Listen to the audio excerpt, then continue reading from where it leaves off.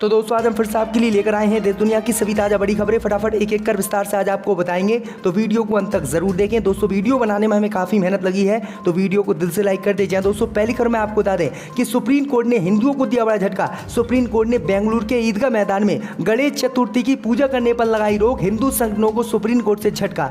वही आपको बताएंगे दोस्तों की ममता बनर्जी ने बीजेपी को 2024 में सत्ता से बेदखल करने का किया ऐलान, बोली ये होगी मेरी आखिरी लड़ाई। वही आपको बताएंगे दोस्तों की पाकिस्तान में बाढ़ ने मचाई तबाही, मरने वालों की संख्या 1100 ज्यादा पहुंची। वहीं आपको बताएंगे दोस्तों कि गुलाम नबी आजाद के समर्थन में जम्मू कश्मीर के 64 कांग्रेस नेताओं ने दिया इस्तीफा। वहीं आपको बताएंगे दोस्तों कि दिल्ली के राज्यपाल ने किया 1400 करोड़ रुपए का घोटाला।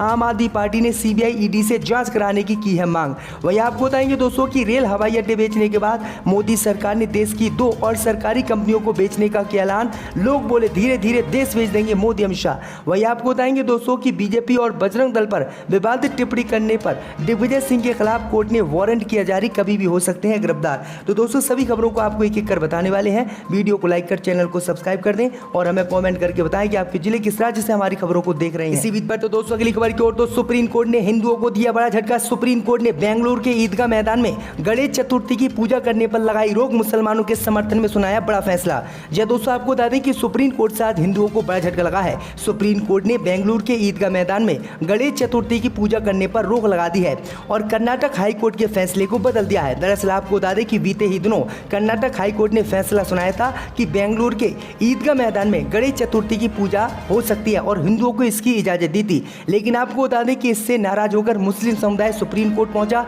और सुप्रीम कोर्ट ने हाई कोर्ट के फैसले को पलट दिया और बेंगलुरु के ईदगाह मैदान में गणेश चतुर्थी की पूजा करने पर रोक लगा दी, जिसके बाद हिंदुओं को बड़ा झटका लगा है। तो ये बड़ी अपडेट आ रही दोस्तों कि कर्नाटक के हाई कोर्ट ने जो फैसला सुनाया था उसको बड़ा झटका सुप्रीम कोर्ट ने आज दिया है। इसी बीच पर तो दोस्तों अगली खबर की ओर, तो बीजेपी को 2024 में सत्ता से बेदखल करना आखिरी लड़ाई। पश्चिम बंगाल की ममता बनर्जी ने किया ऐलान। जी दोस्तों आपको बता दें कि पश्चिम बंगाल की मुख्यमंत्री ममता बनर्जी ने एक बार फिर से बीजेपी पर हमला बोला है। उन्होंने सोमवार को कहा कि 2024 में भारतीय जनता पार्टी को केंद्र की सत्ता से बेदखल करना उनकी आखिरी लड़ाई होगी। टीएमसी प्रमुख ममता बनर्जी एक रैली को संबोधित कर रही थी और रैली को संबोधित करते हुए ये बातें कही हैं। उन्होंने कहा कि भाजपा को 2024 के लोकसभा चुनावों में हराना है। केंद्र भाजपा को सत्ता से बाहर करने के लिए दिल्ली की लड़ाई मेरी आखिरी होगी। मैं भाजपा को सत्ता से बेदखल करने का वादा करती हूँ। ममता ने आगे कहा कि भाजपा को किसी भी कीमत पर हारना है। पश्चिम बंगाल को बचाना हमारी लड़ाई है। मैं वादा करती हूँ कि हम 2024 में केंद्र में भाजपा को सत्ता से हटा देंगे। अगर आप हमें डराने की कोशिश करेंगे तो हम जवाब देंगे। इसी बीच पर तो दोस्तों अगली खबर की ओर, तो पाकिस्तान में बाढ़ से तबाही, मरने वालों की संख्या 1100 से ज्यादा पहुंची। या दोस्तों आपको बता दें कि पाकिस्तान में आई विनाशकारी बाढ़ के कारण मरने वालों की संख्या सोमवार को 1136 पहुंच गई है। हालांकि अब पाक में आर्थिक संकट के बीच प्रधानमंत्री शहबाज शरीफ के नेतृत्व वाली सरकार की अपील के बाद अंतर्राष्ट्रीय सहायता पहुंचने लगी है। बाढ़ के कहर का अनुमान इस बात से लगाया जा सकता है कि 3.3 करोड़ लोगों यानी देश की कुल आबादी के करीब 7वें हिस्से को विस्थापित होना पड़ा है।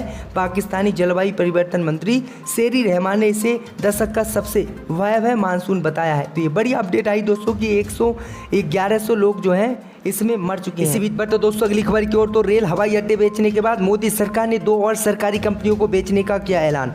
जी दोस्तों आपको बता दें कि रेल हवाई अड्डे बेचने के बाद केंद्र की मोदी सरकार ने अब 2 और सरकारी कंपनियों को बेचने का ऐलान किया है। केंद्र की मोदी सरकार इसके लिए फास्ट ट्रैक पर काम कर रही है। दरअसल आपको बता दें कि केंद्र की मोदी सरकार कुछ महीने में VEML और शॉपिंग कॉरपोरेशन ऑफ इंडिया यानी SCI के स्ट्रेटेजिक विनिवेश के लिए रुचि की अभिव्यक्ति आमंत्रित कर सकती है। दोनों कंपनियों की लैंड और नॉन कोर एसेट का विलय अक्टूबर तक पूरा होने की उम्मीद है। मोदी सरकार अक्टूबर तक इन दोनों कंपनियों को बेच देगी। इसी बीच पर तो दोस्तों अगली खबर की ओर, तो दिल्ली के राज्यपाल ने किया 1400 करोड़ रुपए का घोटाला। आम आदमी पार्टी ने लगाया आरोप, कहा सीबीआई ईडी से की जाए जांच। जी दोस्तों आपको बता दें कि दिल्ली में आम आदमी पार्टी के विधायक उपराज्यपाल की गिरफ्तारी और इस्तीफे की मांग कर रहे हैं। दिल्ली विधानसभा में बुधवार को आप विधायकों ने लगातार दूसरे दिन प्रदर्शन किया।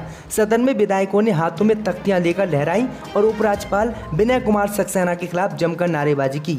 आम आदमी पार्टी के विधायकों की मांग है कि मामले की जांच सीबीआई और ईडी के जरिए कराई जाए। जांच पूरी होने तक विनय कुमार सक्सेना इस्तीफा दें। आम आदमी पार्टी के मुख्य प्रवक्ता सौरभ भारद्वाज ने कहा है कि खादी ग्रामोद्योग में हुए 14 14 करोड़ रुपए के घोटाले में तत्कालीन चेयरमैन विनय कुमार सक्सेना की भूमिका की जांच क्यों नहीं हुई है, उनका नाम एफआईआर में क्यों नहीं लिखा गया है। वहीं आपको बता दें कि इसको लेकर दिल्ली विधानसभा में लगातार दूसरे दिन आम आदमी पार्टी के विधायकों का प्रदर्शन जारी रहा है, जिसके कारण विधानसभा की कार्रवाई को कई बार स्थगित करना पड़ा। आम आदमी पार्टी के विधायक सदन में लगातार नारेबाजी करते रहे और उपराज्यपाल को गिरफ्तार करने की मांग कर रहे हैं और कह रहे हैं 1400 करोड़ रुपए का घोटाला उपराज्यपाल ने किया है, इसकी जांच सीबीआई ईडी से की जानी चाहिए। इसी बीच पर तो दोस्तों अगली खबर की ओर तो गुलाम नबी आज़ाद के समर्थन में जम्मू कश्मीर के 64 कांग्रेस नेताओं ने दिया इस्तीफा। जब दोस्तों आपको बता दें कि कांग्रेस से इस्तीफे दे चुके सीनियर नेता गुलाम नबी आज़ाद के समर्थन में कांग्रेस के कई नेताओं ने पार्टी से इस्तीफा जम्मू कश्मीर में दे दिया है।